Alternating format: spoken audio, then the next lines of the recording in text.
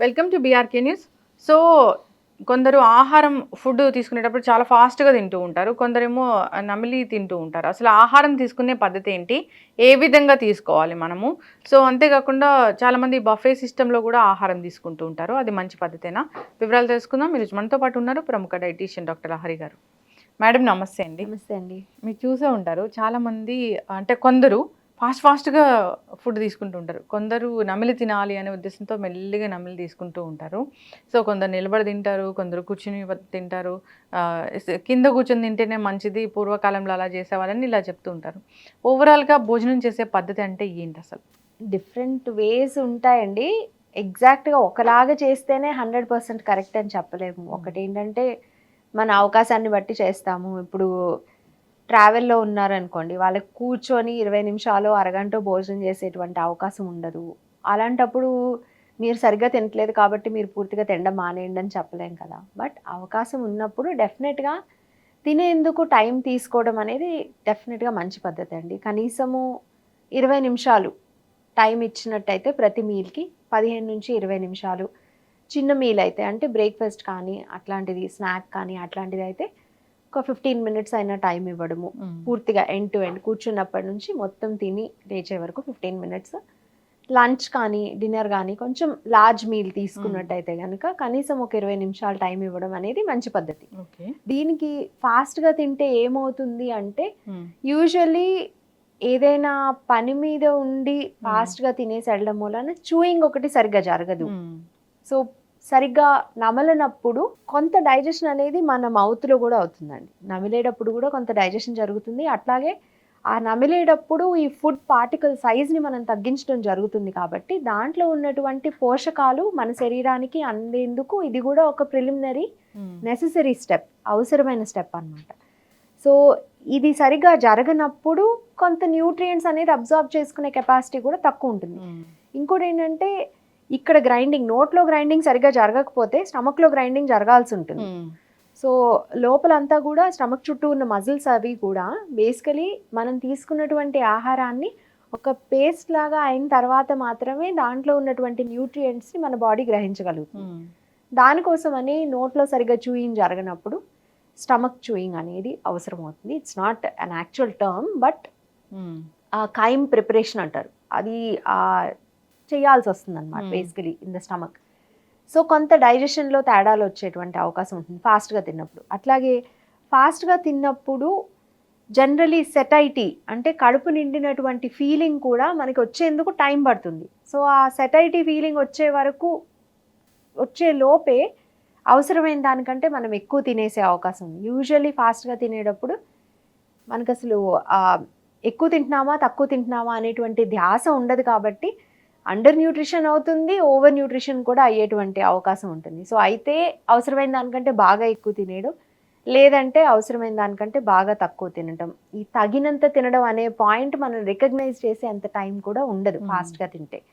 ఈ 2 ఫాస్ట్‌గా తినడం వలన వచ్చేటువంటి నష్టాలని చెప్పుకోవచ్చు. ఓకే.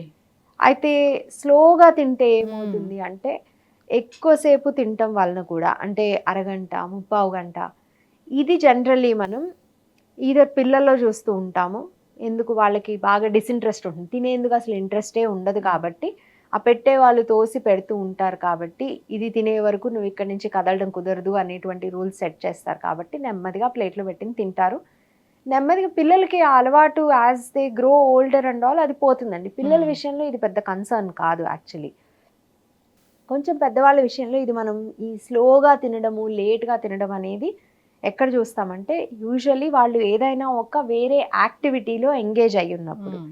అది వాళ్ళతో పాటు చుట్టూ కూర్చొని ఉన్న వాళ్ళతో కాన్వర్సేషన్ అయినా కావచ్చు. ఫోన్ చూడటం కావచ్చు, పుస్తకం చదవడం కావచ్చు, టీవీ చూడటం కావచ్చు. బేసికలీ ఫోకస్ అనేది ఆ ధ్యాస అనేది తినేటువంటి ఆహారం మీద కాకుండా చుట్టూ ఎక్కడున్నా సరే అది మనం అన్‌ఫోకస్డ్ యాక్టివిటీ కిందే చెప్తాం గదా! సో, ఆ ధ్యాస ఆహారం మీద లేకుండా చుట్టూ ఎక్కడైనా ఉన్నప్పుడు ఎంత తింటున్నాము, ఏం తింటున్నాము అన్నది రిజిస్టర్ అవ్వదు కాబట్టి ఇక్కడ గూడా అండర్ నరిష్‌మెంట్ కానీ, ఓవర్ నరిష్‌మెంట్ కానీ అయ్యేటువంటి అవకాశం ఉంటుంది. సో, ఈ రకమైన ప్రాబ్లమ్ ఫాస్ట్‌గా తిన్నా ఉంటుంది. బాగా స్లోగా తిన్నా ఉంటుంది. సో, ఈ ఇందాక అనుకున్నట్టు 15-20 మినిట్స్ టైం పెట్టుకొని ఫోకస్డ్ అంటే ఏదో బాగా మనం ఏం తింటున్నాము మెతుకు కౌంట్ చేసుకుని అని కాదు. కనీసం అసలు ఏం పెట్టుకుంటున్నాము, ఎంత పెట్టుకుంటున్నాము, మనకు కావాల్సినటువంటి పోషకాలు వీటి నుంచి వచ్చేటువంటి అవకాశం ఉంటుందా లేదా, లేకపోతే ఏది మిస్సింగ్, ఇట్లాంటివి ఏమైనా తెలుసుకునేందుకు మనకి అవకాశం ఉండేలాగా 15 to 20 minutes ఆఫ్ టైం కేటాయించినట్టయితే మంచిది. అండ్ ఎలా తీసుకోవాలి ఏంటి అనేది ఉంటే చూయింగ్కి టైం ఇవ్వాలి తప్పనిసరిగా. 32 సార్లను 22 సార్లను మ్యాజిక్ నెంబర్లు ఏమీ ఉండవండి. కానీ పెద్ద పీసెస్ ఏవి కూడా మీరు తీసుకునేటువంటి ఆహారం పెద్ద పీసెస్గా కాకుండా కనీసం కొంచెం సెమీ సాలిడ్గా అయ్యేలాగా చేసినట్టయితే మంచిది. ఎస్. ఇదే మనం పెద్దవాళ్ళైనా పిల్లలకైనా కానీ ఈ పద్ధతి అనేది అవసరం.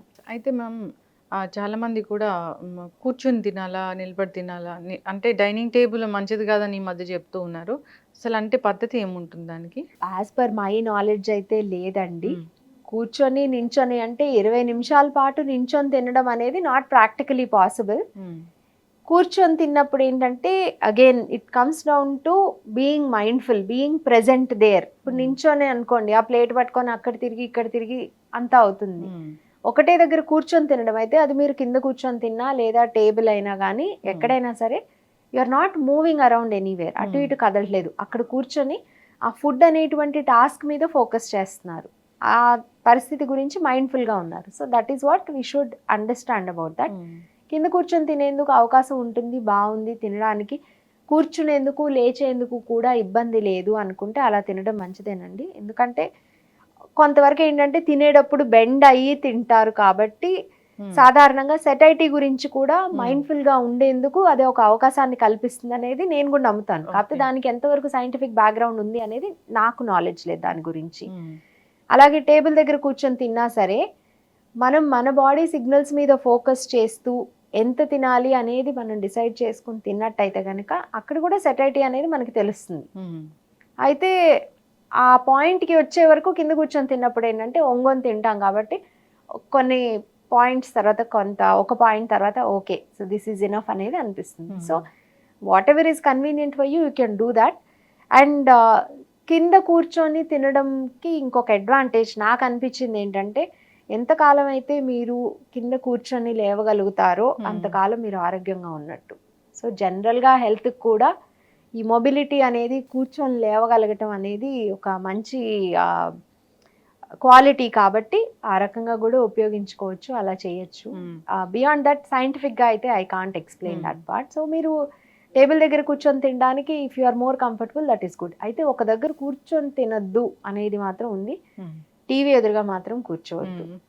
సో అంటే అట్లానే డైనింగ్ టేబుల్ దగ్గర టీవీ పెట్టుకోమని కాదు, బట్ జనరలీ ఫోకస్ అనేది తినేటప్పుడు ఫుడ్ మీద ఉన్నట్టయితే కనుక మనం తీసుకున్నటువంటి ఆహారానికి సంబంధించి బెనిఫిట్స్ అన్నీ మనకి సరిగ్గా వచ్చేలాగా. కేవలం ఆహారం తీసుకోవడం అంటే దాంట్లో నుంచి పోషకాలు మాత్రమే కాదండి, ఫుడ్ గివ్స్ అస్ కొంత ఇమోషనల్ సాటిస్ఫాక్షన్ కూడా. Generally we don't eat just because we want to get some energy కదా. ఫుడ్ ఎప్పుడు కూడా ఇంకా మనం ఎంతసేపు ఆకలి కోసం పోషక పదార్థాల కోసం తినేటైతే ఎక్కువ మంది ఇట్లా ఒబెసిటీలు అవన్నీ రావు.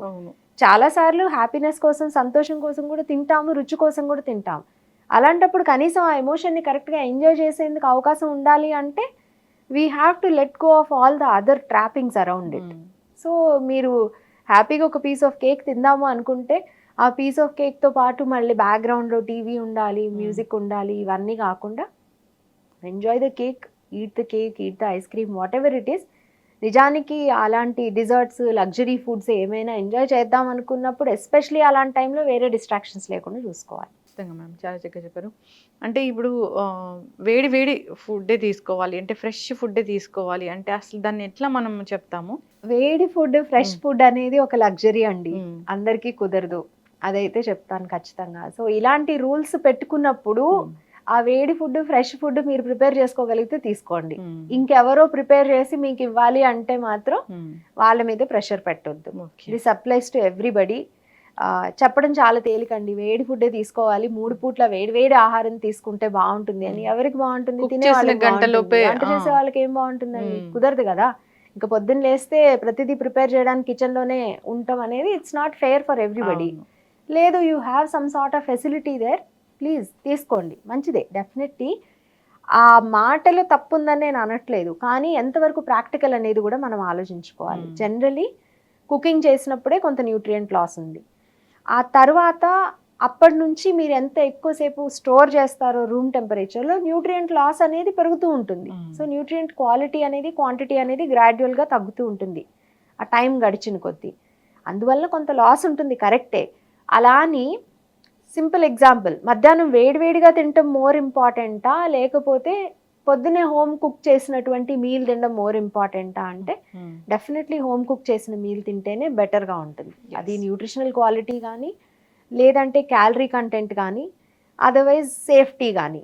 అలా కాకుండా వేడివేడిగా తినడానికి మనం ప్రయారిటీ ఇచ్చి పక్కనే ఏమైనా ఒక రెస్టారెంట్ నుంచి ఆర్డర్ చేసామనుకోండి, అక్కడ మనకి ఆ క్వాలిటీతో కానీ, ఇచ్చేటువంటి క్వాంటిటీతో కానీ, అలాగే సేఫ్టీతో కానీ మనకేం కంట్రోల్ ఉండదు, వాటి మీద మనకేం కంట్రోల్ ఉండదు. సో వేడిగా తినడం అనేటువంటి క్వాలిటీ మీట్ అయింది, బట్ మిగతా అన్నీ ఏం చేస్తాము? సో ఈ రకంగా మనం ఎలా బ్యాలెన్స్ చేసుకోగలము చూసుకొని అటువంటి డెసిషన్ తీసుకోవాలి తప్ప రిజిడ్గా నేను వేడిగా ఉన్నదే తింటాను, లేకపోతే ఇప్పటికిప్పుడు పొయ్యి మీద నుంచి ప్లేట్లో పెట్టుకుని తింటాను, ఇట్లాంటి అందరికీ కుదరదు. ఖచ్చితంగా మ్యామ్, చాలా చక్కగా చెప్పారు. చక్కటి ఇన్ఫర్మేషన్ అండి. అసలు భోజనం ఎలా చేయాలి, చేసే పద్ధతి ఏందని. అయితే 3 పూట్ల భోజనం అవసరమా? అది అందరికీ డిఫరెంట్ ఉంటుందండి. కొంతమందికి 2 పూట్ల హెవీ మీల్స్ తీసుకుంటే సరిపోతుంది, రెస్ట్ ఆఫ్ ద డే వాళ్ళకి ఏం అవసరం లేదు. అది చేసే పని బట్టి ఉంటుంది, మనిషి తీరుని బట్టి కూడా ఉంటుంది. కొంతమందికి ఏంటంటే త్రూ అవుట్ ద డే ఎంతో కొంత స్నాక్స్ లాగా చిన్న చిన్న పోర్షన్స్లో కనీసం 5-6 సార్లు తింటే వాళ్ళకి తృప్తిగా ఉంటుంది. As long as it is not affecting our health, 2 సార్లు తిన్నా ఓకే, 6 సార్లు తిన్నా ఓకే. ఓవరాల్గా మనకు అవసరమైనంత మాత్రమే తినాలి. మీరు అదే మీల్ని ఇప్పుడు ఫర్ ఎగ్జాంపుల్ 1500 క్యాలరీ తినాలనుకోండి, దాన్ని ఆ 1500ని 3 సార్లు డివైడ్ చేసుకొని తిన్నా ఓకే, 6 సార్లు డివైడ్ చేసుకొని తిన్నా ఓకే. అయితే కొన్ని టైమింగ్స్ అన్నది పాటిస్తే మంచిది. బెడ్ టైంకి కనీసం ఒక 3 గంటల ముందుగా ఫినిష్ చేసుకుంటే మంచిది. లేదా బెడ్ టైంకి గంట ముందు తినకపోతే నాకు నిద్ర పట్టదు అనుకుంటే ఆ గంట ముందు తినే మీల్ కొంచెం చిన్న మీల్ చేసుకుంటే మంచిది. సో అటువంటి జాగ్రత్తలు తీసుకోవాలి తప్ప ఎగ్జాక్ట్గా రోజుకి 3 సార్లు తినాలి, లేకపోతే 2 సార్లే తినాలి, రోజుకి ఒక్కసారి తింటే 1 మీల్ అ డే అని పెట్టుకుంటారు కొంతమంది. ఆ ఒక్కటి తింటేనే మంచిది, ఇలా there is no best way of doing anything అండి. దేనికైనా సరే what is the best way for us చూసుకోవాలి. ఎవరికి వాళ్ళకి, ప్రతి ఇండివిజువల్కి వాళ్ళు ఏం చేయగలరు, ఎంతవరకు చేయగలరు, ఏది ప్రాక్టికల్ అనేది ఉంటుంది. సో మనం సస్టైనబుల్గా ఏది ప్రాక్టికల్గా ఎక్కువ కాలం చేసుకోగలుగుతామో అటువంటి పద్ధతిని మనం ఎంచుకోవాలి. అండ్ ఆ పద్ధతి అనేది మనం డిఫరెంట్ అంటే మన లైఫ్లో డిఫరెంట్ ఫేజెస్లో అది మారిపోవచ్చు. ఇప్పుడు స్కూల్కి వెళ్ళే పిల్లలు ఉన్నారనుకోండి, వాళ్ళకి బ్రేక్ఫాస్ట్, లంచ్, డిన్నర్ టైంకి కుదురుతాయి. కొంతమంది ట్రావెల్ జాబ్స్లో ఉన్నారనుకోండి, వాళ్ళకి ఓన్లీ బ్రేక్ఫాస్ట్, డిన్నరే కుదురుతుంది. బయట లంచ్ అనేది బయట చేయాలి కాబట్టి sometimes they just prefer to have a very light lunch, that's okay, అది వాళ్ళకి కుదురుతుంది. అట్లాగే కొంతమందికి ఈవినింగ్ తర్వాత ఏం తినబుద్ధి కాదు, అలాంటి వాళ్ళకి బ్రేక్ఫాస్ట్, లంచ్ మాత్రమే కుదురుతుంది. And those things are okay. మనకి ఏది ఎప్పుడు ఎలా కుదురుతుంది, ఆ కుదిరే దాంట్లో ఎంతవరకు మనం హెల్తీగా ఫుడ్ తీసుకోవాలి, ఇంతవరకే ఆలోచించాలి తప్ప వాళ్ళు ఎవరికో 2 మీల్స్ a డే తింటే బరువు తగ్గారంట, సో మనం కూడా అలాగే చేద్దాము, లేకపోతే 6 మీల్స్ a డే తింటే కానీ బరువు పెరగడంట, సో మా వాడికి ఎలాగోలాగ 6 మీల్స్ పెట్టేద్దాము రోజుకి, ఇది కరెక్ట్ కాదు. వాళ్ళకి నచ్చిన పద్ధతిలో చేసి ఆరోగ్యంగా ఉండాలని కోరుకుందాం. చక్కటి ఇన్ఫర్మేషన్ అండి, ధన్యవాదాలు.